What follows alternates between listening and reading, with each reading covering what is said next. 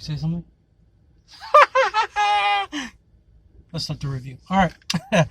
Hey guys, it's your boy Night Phase. Welcome to the review. It's gonna be quick, precise, non-spoilers. How I always do. The first 4 minutes or so, non-spoilers. Gonna give you my overall spoiler-free thoughts and grade for Joker. That's right, the most anticipated film of the year.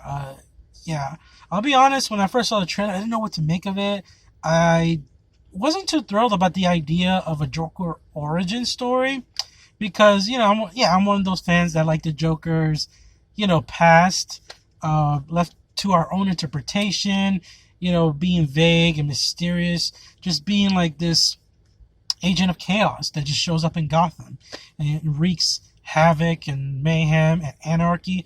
That's my kind of Joker. So yeah, Heath Ledger's Joker has always been at the top, but one thing that really drew me in was Joaquin Phoenix. I mean, just by the trailer alone, I was like, wow, this guy. I mean, I've been a fan ever since I seen him in Walk the Line and in Her. He was amazing. There's still other movies I need to watch, like The Master, and the other one, I'm Not Here, the mockumentary he made.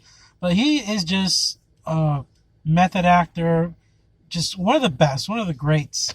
So him being in this, I knew it was going to be taken serious. And another thing I was skeptical was Todd Phillips. Can he deliver as a director? Because, he only made the Hangover movies, and War Dogs was okay. I really liked that movie. But yeah, and guys, I'm telling you, it delivers. Speaking of this stupid controversy, let's get that out of the way.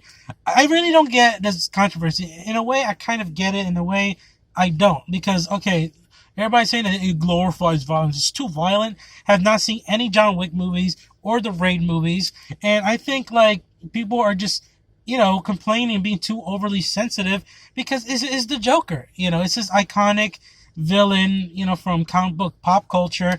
So they use that as a scapegoat. And, it might trigger, mass shootings, like that nonsense. Just get out of here with that. But in a sense, we can't help if somebody sees this film and be like, oh, well, you know what? That's what I'm going through. I'm going to just go shoot up a mannequin store, or I'm going to shoot up a Chuck E. Cheese, I mean, it's just come on, it's just overblown. I feel like it's overblown with this whole controversy, in my opinion. We can't hold these people accountable. These are the people, not the movie. The people are the problem that interpret this, their sick mind and just go along with it in their fantasy, saying, oh, you know what, I relate to it, so I'm going to be like the Joker, no. This movie also does a good job of making not sympathize with him. At first you do kind of feel sorry for him, but as the movie progresses and you delve deeper and deeper into his psychosis, into his mind, then you realize, oh God, this is just so off-putting. This is so frightening. I was literally getting anxiety, and that score really intensifies it. One of the best scores I heard all year. Every time, we get a moment with Arthur Fleck, that's who Joaquin Phoenix plays, who essentially becomes the Joker by the end of this movie. Yeah, it's like you understand it's a character study, for one, and you just delve into his mind, and you understand what he's going through. But it doesn't mean not once that I go, you know what, I'm going through that too, Arthur, I feel you, my boy. Nah. And I feel like Todd Phillips' direction is excellent here. He strides on a path, it could go off course, it could become that. It's going to be wrongly interpreted either way. Like I said, society is like that. We can't all have or all be in agreement on how we interpret the Joker character, So I just feel like this controversy is just so overblown. I'm just sick of hearing about it, the Joker's gonna cause shootings, the Joker's gonna be a manifesto. Get the fuck out of here with that. It's just, come on. And like I said, I've seen way more violent movies, way more mass murdering and shootings that we get in this movie. I mean, the violence is horrible in this movie, but it's not Jesus, Bloodbath McGrath, To the Max, the Raid movies, or John Wick, or any horror slasher. There's no body dismemberment. The Joker doesn't attack the audience with a fucking chainsaw. It just starts hacking people up. You know, none of that happens, okay? And that's not a spoiler. I'm just saying. It's not to that extreme. Like, it's just so out of whack. And when I delve into spoilers, there's one scene towards the end where I'm like, okay, I can see why they would think that, but at the same time, I have a rebuttal to that. So we're 5 minutes in. I wasted so much time talking about the stupid controversy. Okay. The movie was great. The acting was superb. The directing was fantastic. The lighting, the cinematography, the close-ups on Arthur. I mean, this is Joaquin Phoenix's movie through and through. He did a phenomenal job. I mean, him, being so skinny and frail and just sickly looking. I mean, it was so uncomfortable. Like I said, there was moments that were so intense. Like, I was getting anxiety, like palpitations and shit. Like, oh, I'm like on the edge of my seat because this guy could just snap at any moment. And I do feel like it should be interpreted more as a social commentary on how we as a society should strive better to prevent, people like this, like jokers, from being made, from, existing, by just treating people the way they want to be treated. And someone could argue against that too, that the way this movie goes, it really doesn't matter because, Arthur Fleck's character has mental illness. So despite that, he still has negative thoughts regardless. But that's the point I'm trying to make. It's like with this controversy, we can't, we can't all think the same, like how people misinterpreted shit, it's like, I don't know. Enough of that.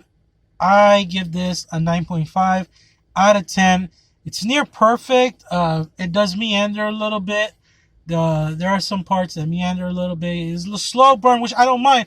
I like a slow burn. I think it was handled good, but there were some moments that it just, dragged it on a little bit for my liking.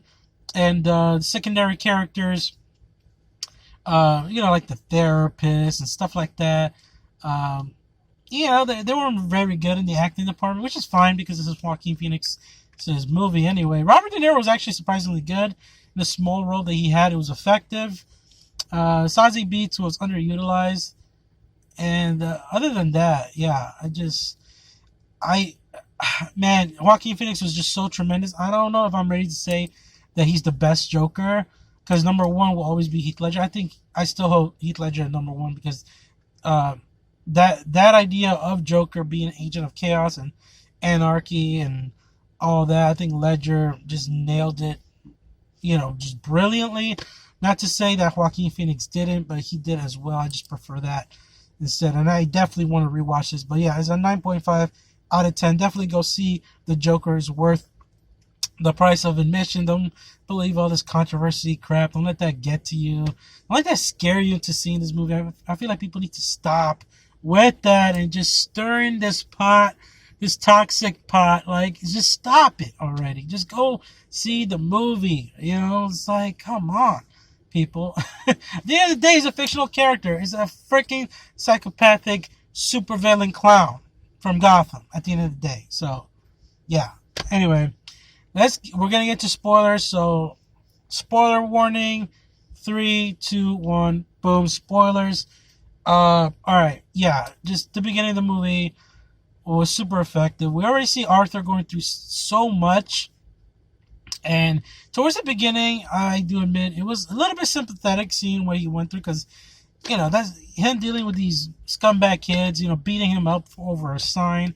I mean, it's rough, really. Like, society literally beats him down, and I think, for me, it was the moment when he started stalking. We started stalking Zazie Beetz' character, where I was like, ooh, there goes the Joker-isms. Like, that's what I expected, to them teeter that line, and I think that's what I'm saying. Todd Phillips did a fantastic job, because you somewhat feel sympathetic, but we, as an audience, we're seeing this, and we see slowly starts doing things that are just immoral. Just, it's not hard to realize that, and by the end of this movie, I'm telling you, by the end of the movie, I was like, yep, that's the Joker. He's despicable. He's vile. I'm not rooting for him at all. So, and man, The scene in the subway. I mean, those guys kind of deserve it. Those fucking Wall Street jackasses. They look like they came off the set of The Wolf of Wall Street. I mean, they had it coming. I will say that. I don't give a fuck. But, you know, as the film progresses, just the things that he does. Again, spoiler warning. You're in spoiler territory. Okay? You should have clicked off. Anyway. Yeah, and then him finding out more about his mother's past. That's another thing. I wasn't sure how I was going to feel about it, but I ended up liking the way they weaved in Bruce Wayne's kind of like origin here. And I know we've seen it all before so many times. Oh, Bruce Wayne's parents get killed, they get, you know, all that shit. But I really like how they did it here. And at first, when I thought, you know, Arthur was going to be his brother, I was like, ooh, I don't know about that. I don't want there to be like this sibling fucking rivalry, you know. So in the Batman movie, he comes back and he's going to be like, I am your brother. Like a Darth Vader moment. So at first, I was a little apprehensive. I was like, I don't know if this is going to work. But I'm glad he was adopted. It's revealed he was adopted. His mother was messed up in the head. She let her boyfriend abuse him. It was tied to a radiator. I mean, just horrendous shit. So you understand. Like, I understand what drove the Joker's, you know, madness. Like, the years of mental abuse, of physical abuse that he has endured. And oh my god, that laugh, I'm telling you, that laugh is haunting. It's scary. It's uncomfortable.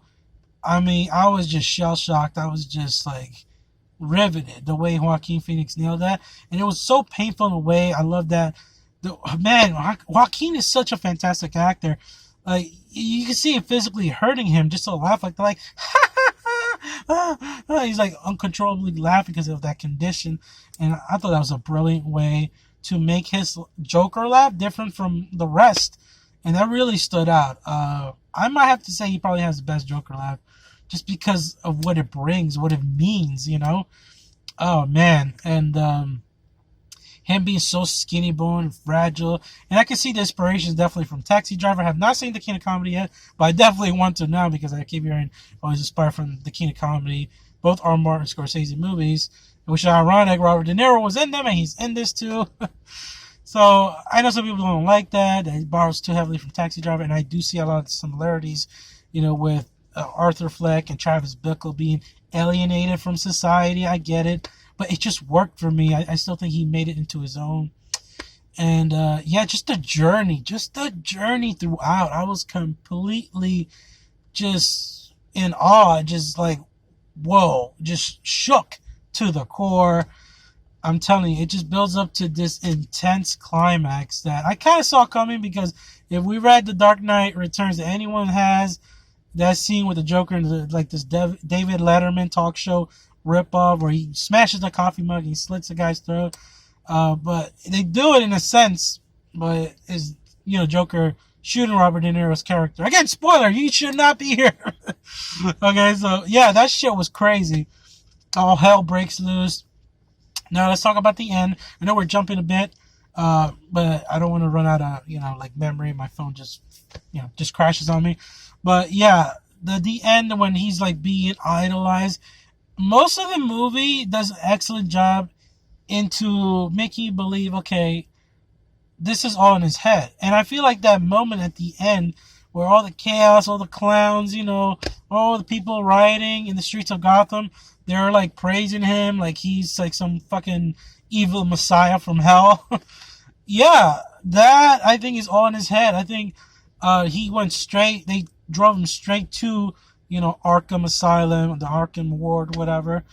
That's why we get that cut to black, and then, you know, the last scene where he's talking to the psychiatrist, and he's like, I don't want to tell you the joke because you won't get it, you know. I'm still, you know, pondering about what the bloody footprints meant when he was going out of frame and it ended. So there's a lot to digest. That's why I really want to see it again. That's why I can't shoot for that 10 yet. But it is a 9.5 out of 10. Near perfect. It's just an art house achievement. And, I mean, I loved every minute of it. Memory's about to run out. But, yeah, definitely check out The Joker. It was shocking. It was enthralling. Joaquin Phoenix definitely deserves a Best Actor nomination. And if not, a win. Definitely one of the best movies of the year. The Joker is phenomenal. Go watch it. And thanks for watching.